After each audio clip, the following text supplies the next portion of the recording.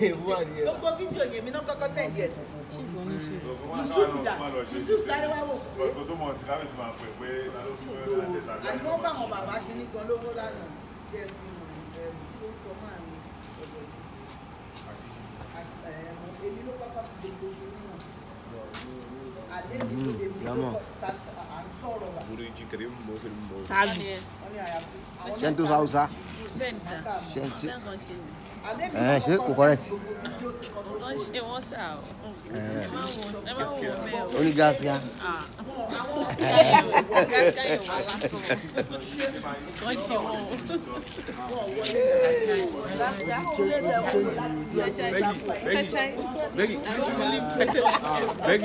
Ṣé mo ti wà pa? Gangan. Èmi lọ wà kú. Tí wọ́n lè ṣe tó ní mo ti wà pa.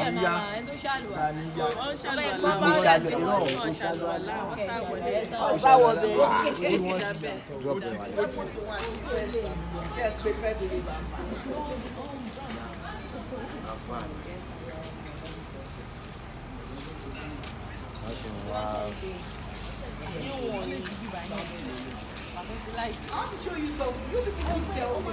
That drink is very nice though.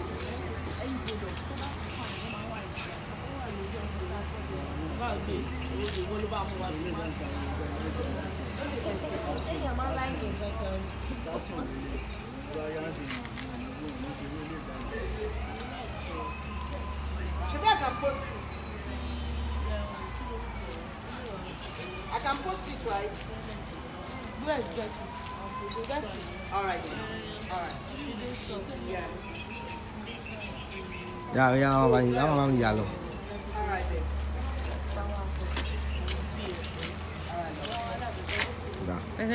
Maya lo bẹ́ẹ̀ mo ṣì ń yà ó ṣì ń yà sí Maya lọ.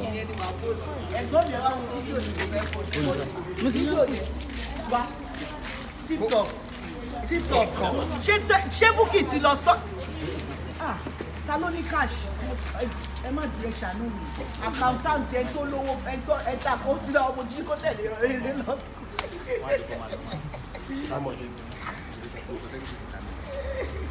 Káyé tó bí ìmáì wọn gbé. Bóyá 10K. Táwa ló máa lọ rẹ po.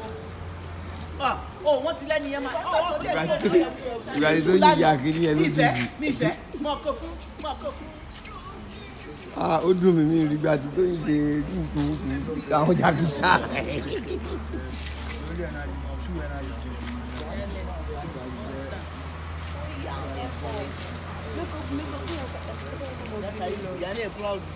Òjò tó dé.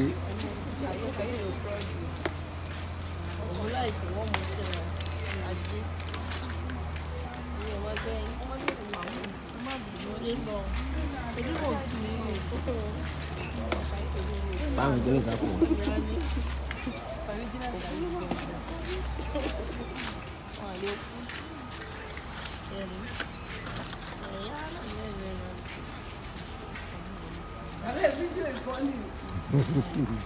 Àní mo fẹ́ yà. You didn't tell me. Let me show you. Let me call you on video. Mo fẹ́ yà lẹ́kọ̀ọ́. Let me call you on video.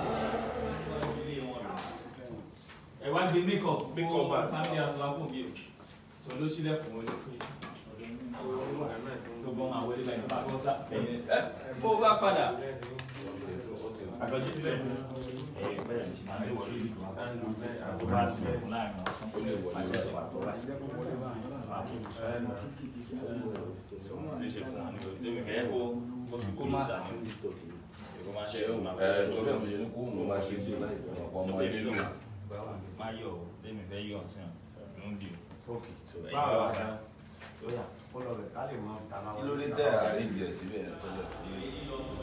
Later, we are able to police me. We are only committing a part of that.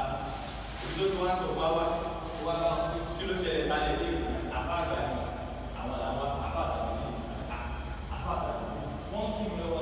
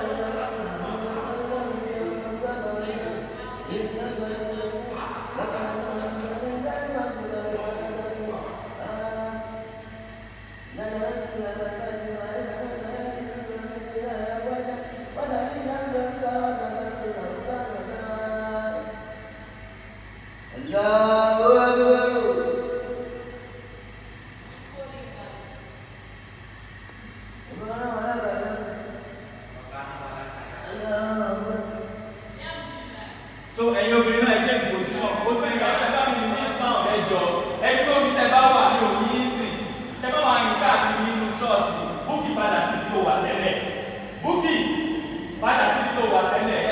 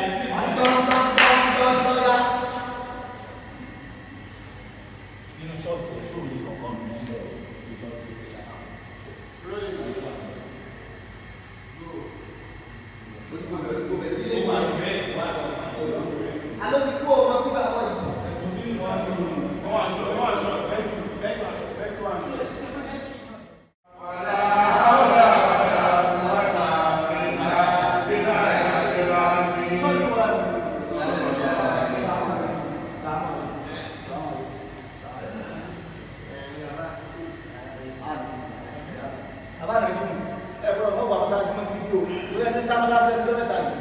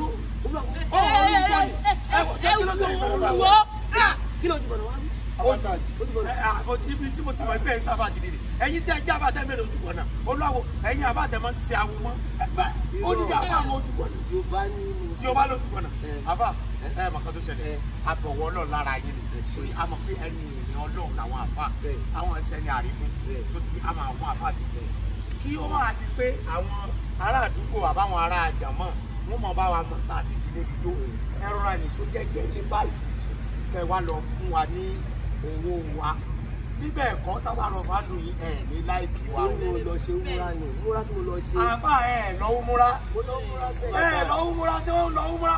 lẹ́yìn wọ́n ti ṣe mẹ́ta tán oníbo náà ti lọ́wọ́ múra ẹ̀yìn. múra tí mo ṣe. mo ṣe múra mẹ́ta. wọ́n tún ṣe múra bò mí. níbo nìyẹn. wọ́n sọ ní mo ti ṣe múra. àwọn olú ọmọ kan lọ́wọ́ múra gangan ni ṣé ẹ lọ ṣe múra lọ́sọ̀tì. wọ́n ṣe múra lọ́sọ̀tì. dáadáa ẹ máa lọ ṣe múra lórí àpáta Abẹ́òkúta. ṣé àpáta lè ṣe àpáta ìsókè kind of what this talk. Okay. After that, go ahead. You want to finish the Umura right? Come and finish it in our office. Yes. What? I tell Umura office to Ṣé ẹjọ́ ṣé kí ni wà ní ọ́fíìsì mobile? ọ̀rọ̀ kó bá ìtọ́ sẹ́ni mo lù nàmí ìjọba ẹ̀sìn ẹ̀yìn yín náà ti máa ṣe tẹ̀ bá sọ̀rọ̀ máa ṣe bẹ́ẹ̀ mọ́.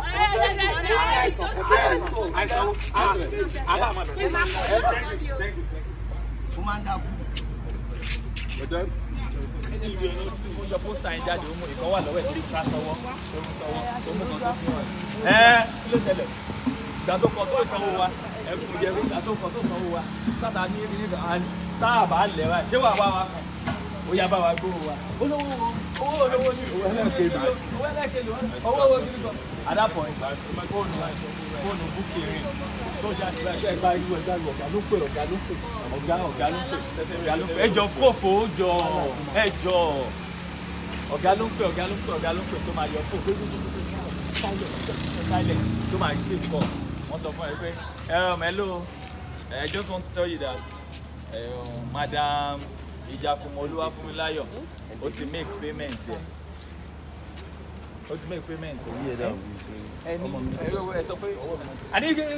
Okay ma. O de drop. O wa inform. Wọ́n ní wọ́n ti sanwó. Ìgbà wo di àkàrà ni? Àwọn ẹbí ló máa bú. Ilé ìkọ́lé máa gbé gùn. Ẹ̀yin olóyìn burúkú wọ̀nyí. Ó ṣì ṣèdá ọwọ́ yẹn gùn. Ẹ̀dẹ̀ bínú kọ́. Ní ọjọ́ yẹn ṣáà ti wà.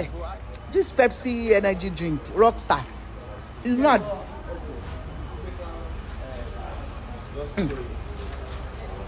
Gbà mí náà kọ́ mọ́ fún ni.